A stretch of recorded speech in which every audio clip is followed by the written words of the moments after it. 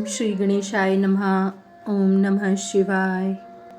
त्रिविध दीक्षा का निरूपण, शक्तिपात की आवश्यकता तथा उसके लक्षणों का वर्णन, गुरु का महत्व, ज्ञानी गुरु से ही मोक्ष की प्राप्ति तथा गुरु के द्वारा शिष्य की परीक्षा।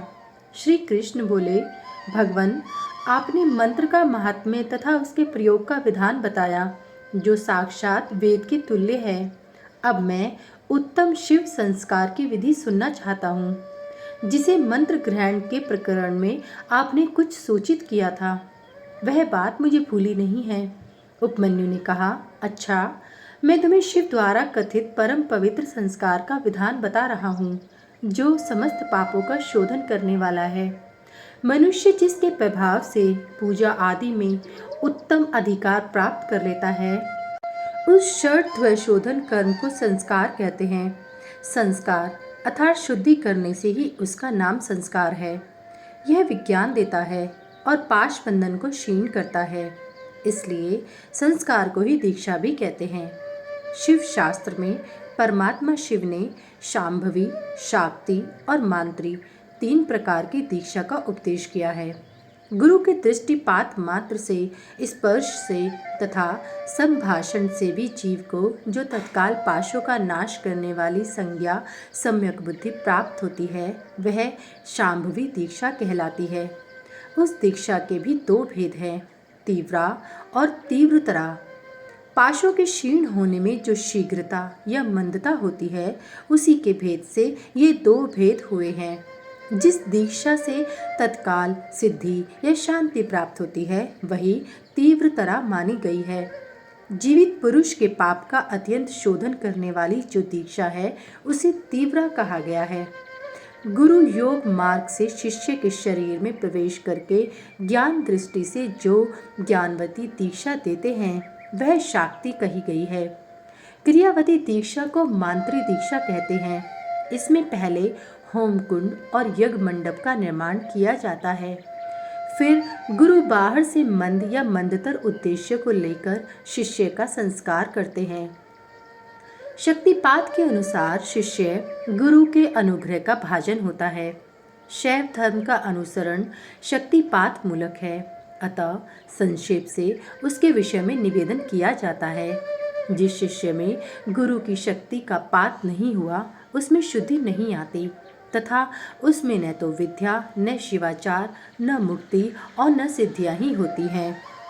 अतः प्रचुर शक्तिपात के लक्षणों को देखकर गुरु ज्ञान अथवा क्रिया के द्वारा शिष्य का शोधन करे। जो मोहवश इसके विपरीत आचरण करता है, वह दुर्बुद्धि नष्ट हो जाता है।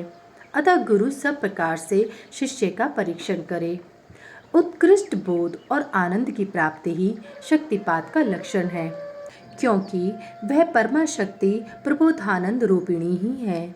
आनंद और बोध का लक्षण है अंतःकरण में सात्विक विकार।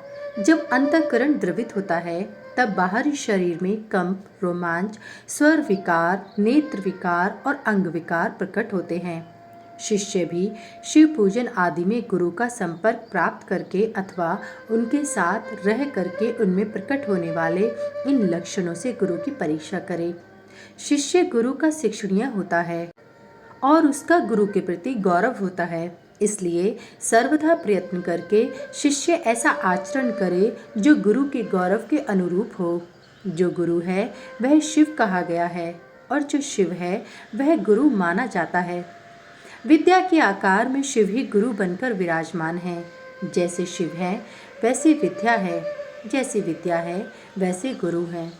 शिव विद्या और गुरु के पूजन से समान फल मिलता है। शिव सर्वदेवात्मक और गुरु सर्व मंत्र में है, अतः संपूर्ण यत्न से गुरु की आज्ञा को शिरोधार्य करना चाहिए। यदि मनुष्य अपना कल्याण चाहने वाला और बुद्धिमान है, तो वह गुरु के प्रति मन, वाणी और क्रिया द्वारा कभी मिथ्याचार, कपटपूर्ण बर्ताव न करे। गुरु आज्ञा दे या न दे, शिष्य सदा उनका हित और प्रिय करे। उनके सामने और पीठ पीछे भी उनका कार्य करता रहे।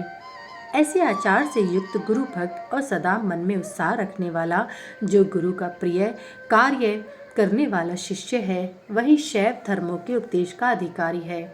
यदि गुरु गुणवान, विद्वान, परमानंद का प्रकाशक, तत्ववेत्ता और शिव भक्त है तो वही मुक्ति देने वाला है, दूसरा नहीं।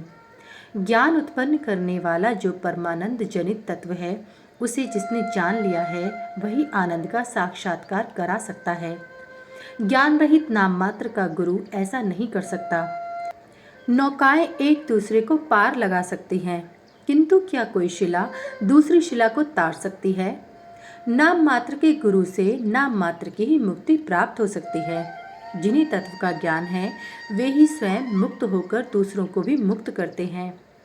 तत्वहीन को कैसे बोध होगा और बोध के बिना कैसे आत्मा का अनुभव होगा? जो आत्मानुभव से शून्य है वह पशु कहलाता है। पशु की प्रेरणा से कोई पशु तत्व को नहीं लांघ सकता। अतः तत्वज्ञ पुरुष ही मुक्त और मोचक हो सकता है, अज्ञ नहीं। समस्त शुभ लक्षणों से युक्त, संपूर्ण शास्त्रों का ज्ञाता तथा सब प्रकार के उपाय विधान का जानकार होने पर भी जो तत्व ज्ञान से हीन है उसका जीवन निष्फल है। जिस पुरुष की अनुभव पर्यंत बुद्धि तत्व के अनुसंधान में प्रवृत्त होती है उसके दर्शन, स्पर्श आदि से परमानंद की प्राप्ति होती है। अतः जिसके संपर्क से ही उत्कृष्ट बोध स्वरूप आनंद की प्राप्ति संभव हो, बुद्धिमान पुरुष उसी को अपना गुरु चुने, दूसरे को नहीं। योग्य गुरु का जब तक अच्छी तरह ज्ञान न हो जाए तब तक विनयाचार चतुर मुमुक्षु शिष्यों को उनकी निरंतर सेवा करते रहनी चाहिए। उनका अच्छी तरह ज्ञान सम्यक परिचय हो जाने पर उनमें सुस्थिर भक्ति करे। जब तक तत्व का बोध न प्राप्त हो जाए तब तक निरंतर गुरु सेवा में लगा रहे। तत्व को न तो कभी छोड़े और न किसी भी तरह उसकी उपेक्षा करे। जिसके पास 1 वर्ष तक रहने पर भी शिष्य को थोड़े से भी आनंद और प्रबोध की उपलब्धि न हो, वह शिष्य उसे छोड़कर दूसरे गुरु का आश्रय ले। गुरु को भी चाहिए कि वह अपने आश्रित ब्राह्मण जातीय शिष्य की 1 वर्ष तक परीक्षा करे, क्षत्रिय शिष्य की 2 वर्ष और वैश्य की 3 वर्ष तक परीक्षा करे।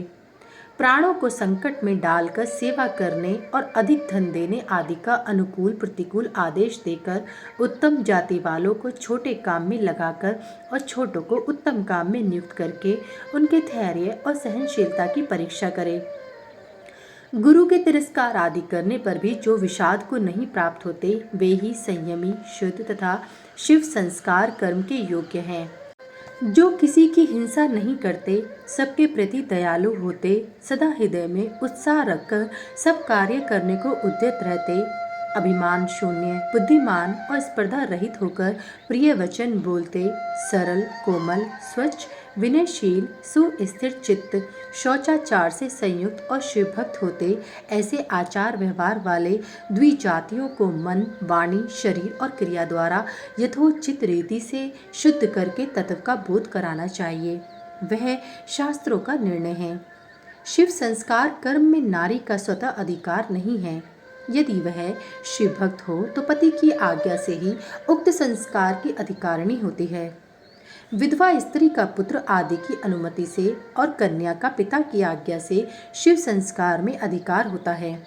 शूद्रों, पतितों और वर्ण संस्कार के लिए षड्वशोधन शिव संस्कार का विधान नहीं है। वे भी यदि परम कारण शिव में स्वाभाविक अनुराग रखते हों तो शिव का चरणोदक लेकर अपने पापों की शुद्धि करें। अध्याय 15 समाप्त। सभी वेद और पुराण सुनने के लिए हमारे इस चैनल को सब्सक्राइब करें और सभी वीडियो को लाइक करें। अगर मुझसे पढ़ने में कोई त्रुटि हो गई हो तो कृपया मुझे क्षमा करें और कमेंट में हर हर महादेव लिखना ना भूलें। भगवान भोलेनाथ की कृपा आप सब पर सदैव बनी रहे। हर हर महादेव। जय भोलेनाथ।